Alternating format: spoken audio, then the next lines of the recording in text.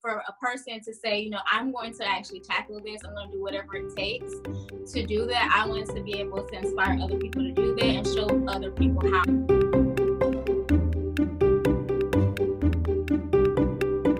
Welcome to the Personal Finance for PhDs podcast, a higher education in personal finance. I'm your host, Emily Roberts. This is Season 3, Episode 2, and today my guest is Dr. Shana Green, a postdoc at the CDC, side hustler extraordinaire, and YouTuber at The Wealth Vibe. Shana was in over $100,000 of debt when she finished her PhD, and she knew her postdoc salary wasn't enough to pay it off as fast as she wanted to.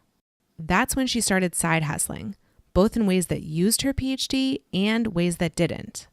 She's now halfway through her debt repayment journey. In this episode, she shares with us the lessons she's learned about side hustling to achieve an enormous financial goal. Without further ado, here's my interview with Dr. Shana Green. So welcome. I am so delighted to have joining me on the podcast today, Dr. Shana Green, who has this wonderful YouTube channel called The Wealth Vibe that you all should definitely go and check out as soon as possible. I've been looking forward to this interview ever since she volunteered to be a guest on the podcast, which if you want to do, you can go to pfforphds.com/podcast. And there is a form there that you can fill out. But Shana volunteered there, and she has this, like I said, fantastic YouTube channel. And I've just been really looking forward to talking with her about her personal finance journey, which involves a lot of debt and a lot of side hustling, which is so, so exciting. So Shana, will you please take a moment to introduce yourself to us, tell us, your educational history and kind of what got you to the side hustling part of your journey? Mm-hmm. Yeah, so I'm thankful that you had me on today, and I hope that I can share some really great information to your audience. So just a little bit about me. I am a Gates Millennium Scholar, and the Gates Millennium Scholarship Program, they fund pretty much 100% of your education, especially for undergrad. And then when you go into your graduate degrees, there is a cap. So that was really helpful to me. I went to Howard University and got a Bachelor's of Arts degree in anthropology, and they paid for that 100%. But then I went on to get a Master's of Public Health at Columbia University, and they didn't quite cover as much as I needed to be covered. And so it did cover about 100% of the tuition, but when it came to the additional cost of attendance for, meals and rent and stuff like that, the scholarship no longer covered as much as I needed it to cover. And so I had to take out student loans. And then I went on to the University of South Florida, and I got a PhD in public health. And at that time, the scholarship was covering all I needed for my expenses related to getting my PhD. However, I spent 5 years in the program, and the Gates Millennium Scholar Program is only a 10-year program, so they'll pay for 10 years of education. So since I did 4 years for undergrad, 2 years for master's, I only had 4 years left for the PhD program. And so I had 1 year where I had to find additional funding for myself. And I was able to find some funding, but not quite enough of what I needed, so I had to take out a little bit of loans then too. But since I've graduated in 2017 with my PhD in public health, I have been at the Centers for Disease Control, and up until today, actually until yesterday, I was a postdoc at the Centers for Disease Control and Prevention, and I was working on HIV surveillance. But I actually got a new position that I'll be starting in 2 weeks, where I'll be a contractor also with the CDC doing epidemiology on a maternal mortality surveillance project. And so that's really my journey towards kind of racking up some debt. I did get most of my debt from my education, but I had car loans and IRS bills and other debts as well that racked up to be a lot of money that I had to tackle once I was no longer in school and had to, pay for everything on my own. Yeah. So do you mind sharing with us what the total of that debt was, kind of at the point when you were like at the turnaround point when you finished your PhD? Yeah, so I actually started to be aware of it even before I graduated. And it was at some point I went on to Credit Karma and I went on their website and I was looking at the debt that they said that I had. And I literally started crying because at that time I think I had like $70,000 in debt. And I started crying and I was like, how am I going to survive? Like, how am I going to do this? And then actually, by the time I graduated with my PhD, I had $108,000 in debt. So I would say about 56,000 of that right now is from student loans. And I probably only took out maybe like almost $40,000 from student loans. But over the years, I've accrued about 10, maybe 12,000 or so, maybe even more in interest. And so I'm sitting at $56,000 in interest in student loans. And then I had a car. I have a car that I had debt with. Had IRS debt that was around like a little less than $2,000. I had some medical bills. What else? Credit cards. You can't forget the credit cards. I had like one credit card that had like $14,000 or $15,000 of debt, and then another one that had $3,000. And so that's all the debt that I had. And although I didn't have to go into repayment with my student loans once I graduated and went to my postdoc because I was able to do a graduate fellowship deferment, I still wanted to tackle, the debt that I had because I did have to pay, my credit cards, my car, the IRS, and all the other debt that I had. And just knowing that eventually I would have to start paying my student loans, I wanted to start knocking down some of the debt that I actually needed to pay. So right now I have about $63,000 in debt remaining. So I have paid off the credit cards. I paid off the IRS bill that I had before. I paid off the medical bills. I'm very close to paying off my car. I think I'm going to be able to pay it off by the end of the month. And then all I'll have is my student loans. That is incredible. I mean, to start off at over $100,000 worth of debt, about half or so is student loans, and to be already within around 2 years. You said you finished in 2017, right? So within about 2 years, you paid off like half of it, pretty much, and now you're ready to tackle the last part of it. I mean, that is, whoa! You have made serious progress.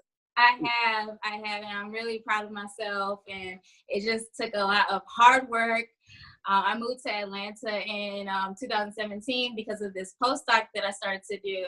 And, a lot of people, when they go into a new city, they want to, meet people and get to know the city. I really didn't have a chance to do that because I started side hustling as soon as I got here. Like literally, I think the first or second week, I was signing up for side hustles to do. So that way I can like maximize every moment that I had. And so I've been like grinding, and I'm really proud of the progress that I've been able to make. I'm so happy to be able to share, your accomplishments to this point with my audience. I want to back up a tiny bit. You were saying that you were looking at this debt accumulation, knowing that you had to tackle it. And then when you moved to Atlanta, you started with the side hustling. But I wanted to ask about your postdoc salary, because I think I saw in one of your videos that you had been thinking at the time, wow, I finished my PhD. I deserve this incredible salary. But as a postdoc, that is not the reality. So can you talk a little bit more about like wanting to start this debt repayment journey, but seeing that the salary was not going to be sufficient? Mm-hmm. So I will say that I think I'm pretty blessed to say that I have a higher stipend than most postdocs do.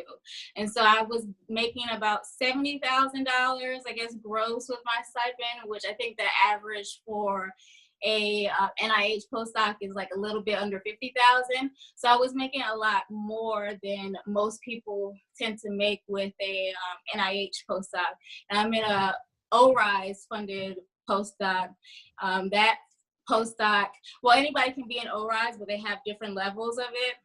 And they pay you according to your educational level. And ORISE is this program that you can do with any federal agency for the most part. And ORISE kind of operates as a university that pays out the different fellows that they have at the different federal agencies. And so at the postdoc level with no work experience, I was able to command, I guess, a stipend of, I think it's like 69,000 or so. And then they pay a portion of that they pay a portion of my health insurance out of that money. And so there's no deduction. They just take the full amount of my health insurance and pay it just on my behalf. So I ended up with maybe like $5,200 a month that I took home, but because it's a stipend, I have to pay taxes out of that on my own. So that's, gross, and I had to account for how much taxes I needed to set aside for federal and state taxes. So I would say my take home was somewhere around $4,000.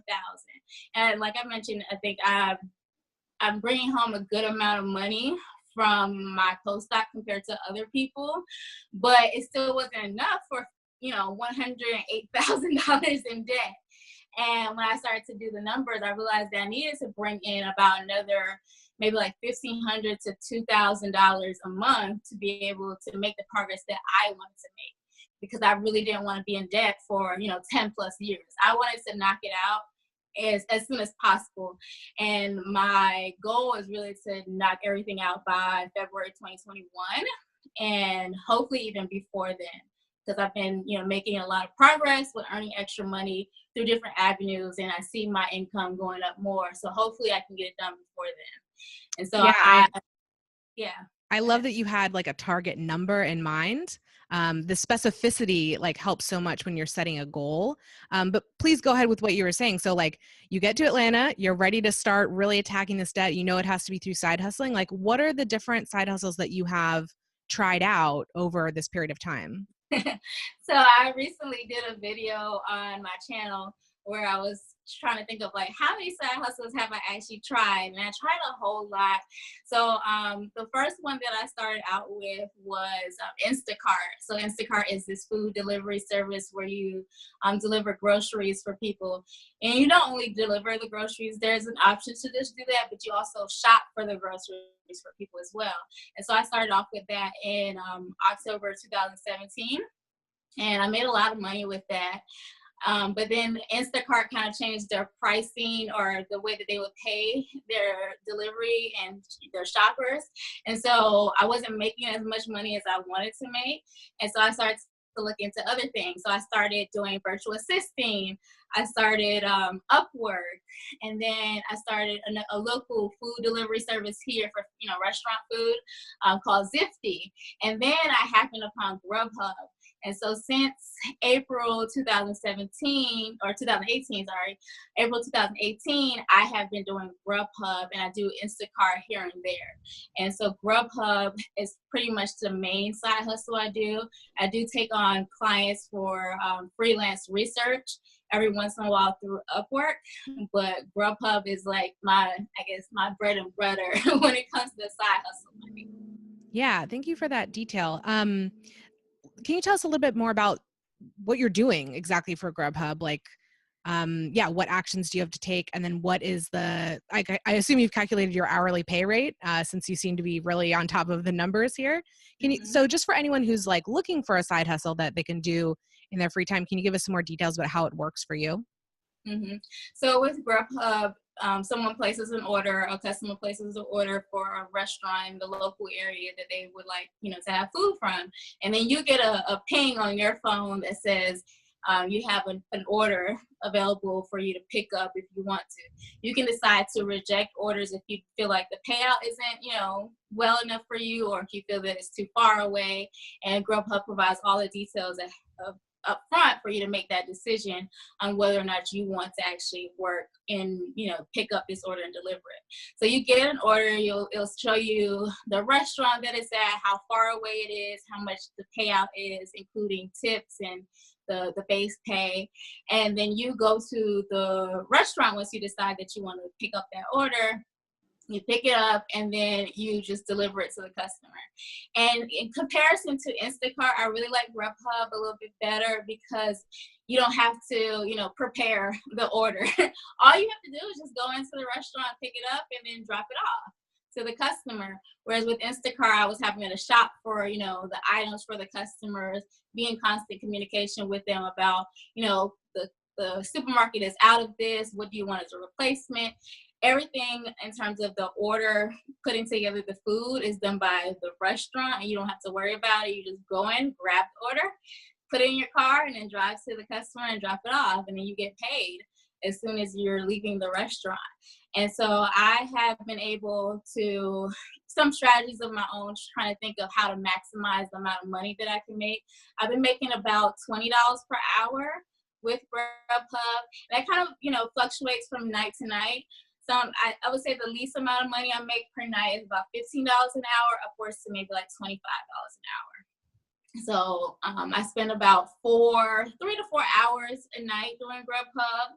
And then on the weekends, sometimes I'll decide to do lunch, but lately I haven't been doing lunch because I've been trying to work on my YouTube channel. So I usually do just night weekends, and I probably work like 5 hours on a night for the weekends. So you're saying you're doing this every night of the week. So it's about another half work day, but also the weekends, right? So it's like a lot of hours you're putting in here. Is that correct? Yeah. So I will say that I kind of slow down a little bit in terms of the weekdays because I'm trying to push out content for my YouTube channel. But I would say I work at minimum 3 days during the week. Some weeks I'm like, I'm not making enough money. And so then I'll decide to work all 5 work days, and then also the weekends. And so it fluctuates depending on, my schedule, what I'm trying to prioritize. But at points in my journey, I was working every single day. Like I would come from my postdoc, I would come home and change my clothes, throw something in my mouth really quickly, and then get on the road and deliver food until sometimes at some points working until 11 o'clock at night, come home, go to sleep, wake up, and start all over again.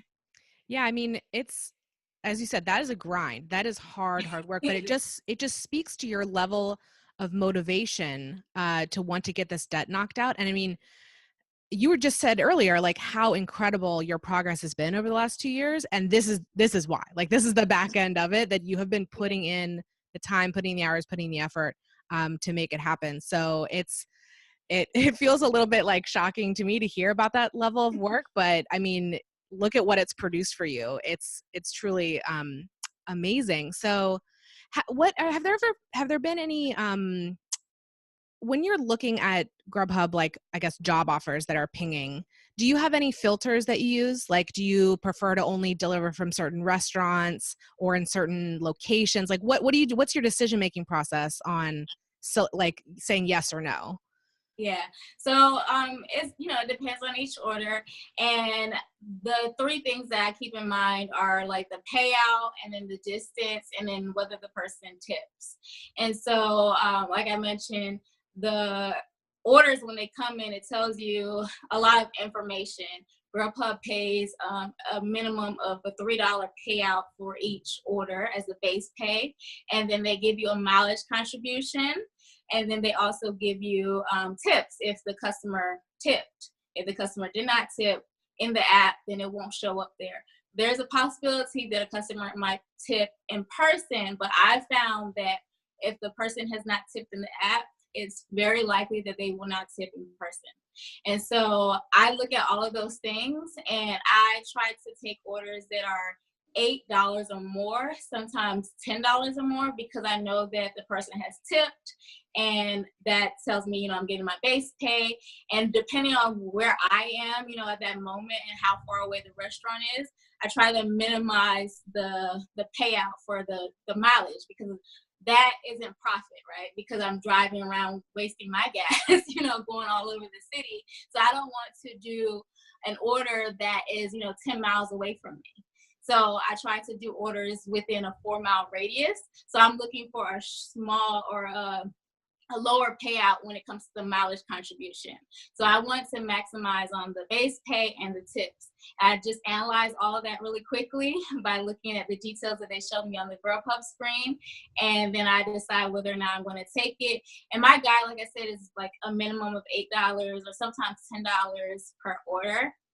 And then there are restaurants that I decide that I don't want to deliver from. So this might not be the same if you decide to do it in your local area, but there's some restaurants here that they are just really unreliable. So like Hooters is one here. What else? There is one Benihana. There are two Benihanas in my area. One of them, their tablet is never working. But the other Benihana, the tablet is working. So I'll look at the address to see which Benihana this order is coming from, and then I'll decide whether or not that's the good one or it's the bad one. So you'll learn through trial and error, like which restaurants are, reliable. They have the orders ready when you're there, and there, isn't a lot of issues related to, finding parking at that restaurant. You'll learn those things as you go, and then you'll start to decide, this isn't a restaurant that I want to deliver for. Another thing is Taco Bell. After 9 p.m., I don't take Taco Bell orders because Taco Bell closes their doors for the inside of the restaurant, and then you have to join the drive-through line. And then most of the time you're sitting in the drive-through line, and you probably know this as just a regular customer, the drive-through line could take 30 minutes after 9 p.m. And that cuts into the profits that I make. So after 9 p.m., I don't deliver Taco Bell orders. So those are things that you realize as you're doing it. But I think anyone starting out, they can quickly figure out, based off the base pay and tips and the mileage, what their threshold is for an order that they're willing to take. Yeah, I love what I love about what you're saying is that you've tried, I think you listed 5 at least different side hustles that you've like attempted. And so, but it's clear from this like GrubHub story that you're telling that you have really given it a shot. Like you really sort of gave yourself the time to learn how to optimize, your system. And so I'm sure for the other ones, like you gave it a fair shot. You didn't try it one night and then, give up and say, I only earned, $15 an hour or $10 an hour. I'm never doing this again. No, like you gave it, a good college try. And you figured out how to optimize this stuff so that your pay rate has, I'm sure, incrementally, it went up at the beginning and maybe it's been stable recently. So I really love that about like your story, that you didn't give up on something really quick because maybe it didn't, work amazingly right away, but you've learned over time. Has anything really good or really bad happened to you in the process of doing Instacart and GrubHub? Yeah, I've had some instances, I would say more so with Instacart, when I was in Instacart, where some interactions with customers weren't that great. One time I delivered to this woman, and I was knocking on her door, and she asked who it was, and I said, it's Instacart, but I don't think she heard me on the other side of the door saying that it's Instacart. And so she finally answered the door, and she was like, why didn't you announce who you were with? And I was like, I said Instacart. And she got really mad at me, and she was like, well, that's why you're working for Instacart. And in my mind, I was thinking like, yeah, I'm working for Instacart, but I have a PhD and I'm just doing this on the side. I kind of felt a little insulted, that she was trying to say like all that I'm worth is to, work at Instacart. And it's not bad, if someone decides to do that, but it kind of messes with your head sometimes when you have achieved some levels of success that people think are, like you're really successful because you're a doctor of such and such field, right? And if someone says like all you are, or you're not good at this, or you're just a GrubHub driver, things like that, you kind of feel like, wow, like why am I doing this? Like it kind of messes with your head sometimes. Yeah. So I've had instances like that where it's like it stings me a little bit, and I'm like, why am I doing this? And in the car, I'm like, you have a PhD, Shana. Like, don't let them get to you. Like, you are an epidemiologist, you do public health, you do really important work. And not to say that this other stuff is not important too, because obviously, people are looking for these services. But, I do things that are really meaningful to me, and don't let, the comments that come from, one-off customers get to you. So I've had some like moments where I felt like bad about myself, but I just give myself like a pep talk and, just say, you're doing this temporarily. You do really meaningful work that's really important to you, and you're going to get out of debt and you won't have to do this anymore. This summer, I'm putting forth extra support for PhDs undergoing career transitions into grad school, a postdoc, or a real job. If you're moving on to the next stage in your career or thinking about it, please visit pfforphds.com/next to check out my articles, webinars, and coaching program. Allow me to come alongside you during this transition to ensure that you set yourself up for financial success. Yeah, thank you for going into that, because that's exactly where I wanted to go next with this line of questioning is like, it could be a little bit of a mental challenge for someone who has a doctorate to do something that maybe not anybody with a driver's license, but a lot of people could do if they chose to. I'm sure to be good at this, you have to have more qualifications than that. But yeah, so like you just talked a little bit about, giving yourself a pep talk in the moments when you are questioning, why am I doing this? Why am I putting in the hours here? But can you maybe talk a little bit more about your decision to go down this route at all? Like when you were trying out these side hustles, like why didn't you just limit it to, PhD type of work? Like why were you looking outside of that for these other opportunities? Mm-hmm. Well, at first, I think I tried a few years ago trying to do Upwork. And like I mentioned, I still take on clients with Upwork. But when I tried it before, I found that it wasn't really that successful for me. I said, I tried it when I was still a doctoral student. So that might have been part of the issue. But I was putting out that I, offered research consulting services so I can do data analysis on quantitative or qualitative, research, and I didn't get any clients. And so I was just thinking like, this is not going to work, and I need some quick money. And so I figured that, people talk about doing Uber and Lyft and things like that. And that's just not for me. Like, I'm not the type of person that wants other people driving in my car, nor do I really want to have conversations with people driving in my car. So I knew that's not what I wanted to do, but I wanted to be able to make money like an Uber or a Lyft driver did. And so I figured, let me try out Instacart, let me try out GrubHub and things like that, instead of trying to do things where I could do consulting for some of the skills that I had, because in the past it didn't really work for me. And so that's why I went with that route. But I was a little ashamed of doing it at first, because I didn't tell anybody at first. I only told my mom, and I started to date my boyfriend like around that same time. And he would ask me questions like, what are you doing? And I would say, oh, I'm just at the grocery store, which is true. I was at the grocery store shopping for Instacart.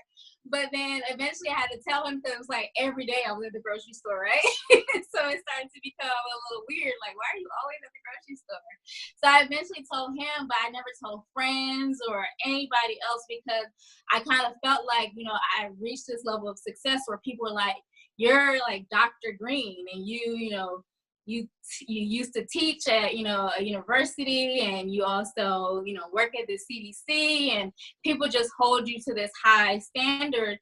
And I think in my mind, people would be like, why is Shana now doing Instacart? Like, what happened? Like, why did she fall off? And so I didn't tell anybody at first, but it took a while for me to kind of get over that. And then I eventually, was like, you know what, I want to help other people to be able to feel confident with the fact that they are trying to reach this financial goal that they have to pay off debt, because I feel like that's very admirable, very noble for people to, take on their debt head on and say, I'm going to, really do something about it. Because most, people that have lots of debt or even a little bit of debt, they just try to ignore it. And for a person to say, I'm going to actually tackle this, I'm going to do whatever it takes to do that, I wanted to be able to inspire other people to do that and show other people how I was doing it. So I decided to get on YouTube. I was really still afraid at that time for like friends, and other people that I knew and my coworkers to find out about my YouTube channel or anything like that. And yeah, so it's a process, with me kind of getting over the thoughts that people would have about me, about doing, the Instacarts and the GrubHub type of work rather than the PhD level work. So I have, just as you were talking, I was thinking of so many things I wanted to ask you and add to that. But so here's a couple of them. One, I think if anyone speaks to you or thinks about you like negatively for having this type of side hustle, like the one customer that you told about, I mean, that really reflects a lot more about them than it does Yeah. about you, that they would have those like uncharitable or ugly like thoughts about someone else who is just doing a job, like honest work, like, Yeah. thinking it's like that you're, at some lower level or that, or even maybe for your family or friends, like that this work could be like beneath you. Yeah. That really says a lot more about them, because we through this episode have learned about your motivation and your journey and why Yeah. you're at this point, and that you're not going to be at this point forever, and it's just something you need to do temporarily. So that's one thought. Another one is, the job options for PhDs are not rosy for everyone. I mean, you have this, well-paying postdoc. Now you're moving to a different position. Like, you have what's in our, kind of field, like a good job. You're on a good like career trajectory there. Yeah. But a lot of PhDs, I mean, they're stuck adjuncting, and that Yeah. does not pay, and that is hard work. And it maybe like kind of looks prestigious from the outside, like, oh, you're affiliated with such and such a university, but in it, it's not prestigious, right? Yeah. So, I mean, this is not like, there are different types of work, but it's all stuff that you might come to because you need money. Like, that's the main motivator for doing that job, both in like PhD type work and also outside of it. And then the third thought I had for you is, I don't know if you ever listened to Dave Ramsey or have in the past. Yeah, Yeah. I So, do. so Dave Ramsey has this great phrase, which is, live like no one else, and later you can live like no one else. And that is, and I'll explain it for those of you who aren't familiar with Dave's stuff. So it's saying you're putting in the hard work, the grind right now, whether it's being super frugal, whether it's side hustling, whatever it is, you are living like no one else. I mean, Shana, you are living like no one else. You're working a job and a half or more right Yeah. now. Plus you're doing your YouTube channel. Plus you're in a relationship. Like, I don't even know what your time management system is. We don't have time to go into that. I mean, you are living like no one else right now, but in 2 years or maybe less, you are going to be debt free, and you will be living like no one else in the positive sense, right? In the, you're enjoying the fruits of your labor sense at that point. So, I mean, I'm so happy that you've, one, that you've chosen to share this part of your journey with, on YouTube, and that you reached out to me about this, and that I can share with my audience too, because I mean, I see such a rosy future, in not too distant of the future, like for you, when you can, hey, just have your day job. Won't that feel like a relief and a break just to do your PhD, like day job? Yes, I actually was telling a coworker, I was like, I look forward to the day when I can come home from work and watch TV, like a normal person, or do laundry. Like, I have to put those things off because I have to literally get home and go do GrubHub or something. So I look forward to that in the very near future, where I can do that and, live a normal life, or Yeah. even better life at that point. Um, But as you mentioned about the adjunct teaching, I do adjunct right now for a university. I teach an online course in epidemiology, and that pays me $3,000 per semester. And I know some people might make a little bit more or make a little bit less, but I think that's about the average that you get. But I make way more money doing GrubHub and Instacart and other things than I do adjuncting a class. And so that's something that I thought about, like, I can make a lot more money doing some of these non-traditional PhD type of jobs on the side that is going to like be able to get me out of debt a lot faster. And that's something that I thought about. I did listen to Dave Ramsey a lot as I was driving for, GrubHub and Instacart. And I was like, what can I do to make the most amount of money? And I'll do an adjunct, and that kind of came a little later in my journey. My first thought was, I needed this quick money, something that I can do to make money a lot faster. Because I knew from being an adjunct during my doctoral program that it didn't pay well. And it's like he's mentioned, a lot of postdoctoral or PhD level work does not pay well at all. Yeah, exactly. And I think another part of that equation is about volume. So you mentioned when you were trying out like the Upwork side hustles that you didn't get any, takers, like the volume was not there for you. Maybe you could have set your pay rate at $200 an hour, like whatever it is, like maybe it could have been really high, but if you don't have the volume, if you don't have the demand, it's not going to translate into actual dollars in your pocket. So Yeah. like I have had a side hustle in the past that paid like decently well in terms of hourly work. Like I could make like $40 or $45 an hour. But I was not in control of the volume. So it was like, yeah, if the work comes my way, then sure, it pays well enough, but it's not, doing something that is more directly like, hey, the volume is there. I just need to hop on this app and I'm going to get, all the volume I want to take for the time being. Like there's a real advantage in going that, the route that you have done, as you have seen, as you were just illustrating. Yeah. Mm-hmm. So why don't we, as we wrap this up, just tell us what your YouTube channel is about. You've already mentioned a little bit about the side hustle journey, but I know that maybe it started there, but you talk about a lot more than just side hustle stuff. Yeah. Mm-hmm.